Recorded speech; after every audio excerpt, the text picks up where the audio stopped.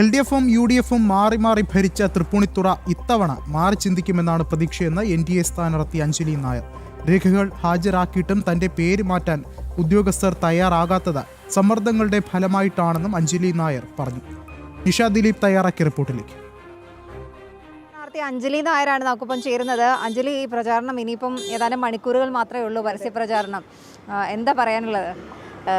ഈ പറയുന്നത് പോലെ നാളെ കലാശക്കൊട്ടാണ്. ഭയങ്കര എന്താ പറയുക, ദിവസങ്ങൾ കിട്ടാത്തതിൻ്റെ ഒരു വിഷമം എനിക്കുണ്ട്. കാരണം എല്ലാവരിലേക്കും വളരെ സമയം കണ്ടെത്തിയിട്ടും അല്ലെങ്കിൽ എല്ലാ കോർണേഴ്സിലും എത്താൻ ശ്രമിക്കുന്ന എനിക്ക് ഇനിയും ഒരുപാട് സ്ഥലങ്ങൾ പോകാനുണ്ട് എന്നുള്ള തിരിച്ചറിവുള്ളത് കൊണ്ട് തന്നെ നാളത്തെ കലാശക്കൊട്ടിനെ ഞാൻ ഒരുപാട് സങ്കടകരമായിട്ടാണ് വെയിറ്റ് ചെയ്യുന്നത്.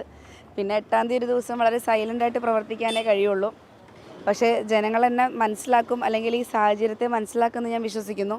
അധികം സമയമില്ലാത്തത് കൊണ്ട് പല സ്ഥലങ്ങളിലും എത്താത്തത് മനഃപൂർവ്വമല്ല എന്നുള്ളത് മനസ്സിലാക്കുക. ശരിക്കും ഇത്രയും ദിവസത്തെ പ്രചാരണത്തിനിടയിൽ ഈ തൃപ്പൂണിത്തുറയിലെ പ്രശ്നങ്ങൾ എന്താണ് എന്നതിനെ കുറിച്ച് അഞ്ജലിക്ക് ഒരു ഏകദേശ രൂപം പിടികിട്ടിയിട്ടുണ്ട് അല്ലേ? അപ്പം അഞ്ജലി വിജയിച്ച് വന്നാൽ എന്താണ് തൃപ്പൂണിത്തുറക്കാർക്ക് കൊടുക്കാൻ പോകുന്നത്? തൃപ്പൂണിത്തുറയിൽ 1, 2, 10, 15 പ്രശ്നങ്ങളല്ല, അടിസ്ഥാനപരമായിട്ട് അവർക്ക് ഒന്നും തന്നെ ലഭിച്ചിട്ടില്ല വർഷങ്ങളായിട്ടുള്ളതെന്നുള്ളത് മനസ്സിലാക്കിയ ആ നിമിഷം ഞാൻ ആലോചിച്ചു, ഒരു സിനിമാക്കാരി എന്ന നിലയിൽ എന്നെ എല്ലാവരും കുറ്റപ്പെടുത്തുമ്പോൾ രാഷ്ട്രീയത്തിൽ പ്രാഗൽഭ്യം തെളിച്ചിട്ടുള്ള പ്രഗത്ഭർ എന്താണ് ചെയ്തിട്ടുള്ളത്?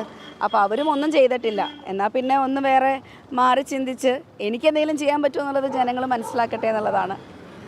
തൃപ്പൂണിത്തുറയിലുള്ള എല്ലാ പ്രശ്നങ്ങൾക്കും ഒരു അറുതി വരും എന്നുള്ളത് ഞാൻ ഉറപ്പ് നൽകിയിട്ടുള്ള കാര്യമാണ് ജനങ്ങൾക്ക്. കാരണം ഒരു പ്രസ്ഥാനമല്ല, 2 പ്രസ്ഥാനമാണ് എൻ്റെ പിന്നിലുള്ളത്. അപ്പം അതുകൊണ്ട് എല്ലാത്തിനും, അതിന് വികസനങ്ങൾ എത്ര വലുതായിക്കോട്ടെ, അതെല്ലാത്തിനും ഞാൻ അവരോടൊപ്പം ഉണ്ടാവും. ഇതിനിടയ്ക്ക് അഞ്ജലിയുടെ പേരിലൊക്കെ ഒരു വിവാദം വന്നിരുന്നു അല്ലേ?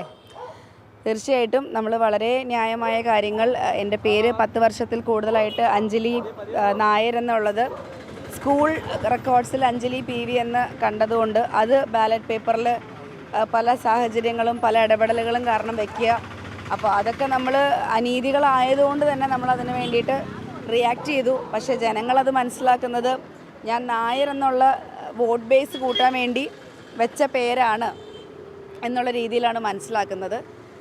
അപ്പം അത്തരം സാഹചര്യങ്ങളിലേക്ക് എങ്ങനെ പോയെന്ന് എനിക്കറിയില്ല. കാരണം യൂട്യൂബിലും മറ്റും അടിച്ചു നോക്കിയാൽ അറിയാം, ഗൂഗിളിൽ മറ്റും അടിച്ചു നോക്കിയാൽ അറിയാം, എത്രയോ വർഷങ്ങളായിട്ട് എൻ്റെ അച്ഛൻ്റെ പേര് ഗിരിധരൻ നായർ, വർഷങ്ങളായിട്ട് ഗിരിധരൻ നായർ എന്നുള്ള നായരാണ് അഞ്ജലിയിൽ ആഡ് ഓൺ ചെയ്തിരിക്കുന്നത്. അല്ലാതെ നായർ എനിക്ക് വേണം എന്നുള്ളൊരു പിടിവാശിയുള്ളത് കൊണ്ടല്ല.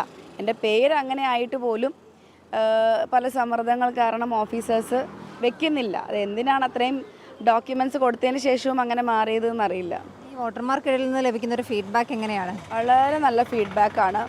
അതെല്ലാം വോട്ടായിട്ട് കൺവേർട്ട് ആവണം എന്നുള്ളതാണ് എൻ്റെ ഒരു പ്രാർത്ഥന. ബാക്കിയൊക്കെ മെയ് 4-ാം തീയതി അല്ലേ അറിയാൻ പറ്റും. എവിടെയാണ് കലാശക്കൊട്ട്? തൃപ്പൂണിത്തുറയിലാണ്. നല്ല ആത്മവിശ്വാസത്തിൽ തന്നെയാണ്? തീർച്ചയായിട്ടും. എന്തായാലും വലിയ ആത്മവിശ്വാസത്തിലാണ് അഞ്ജലി ഉള്ളത്.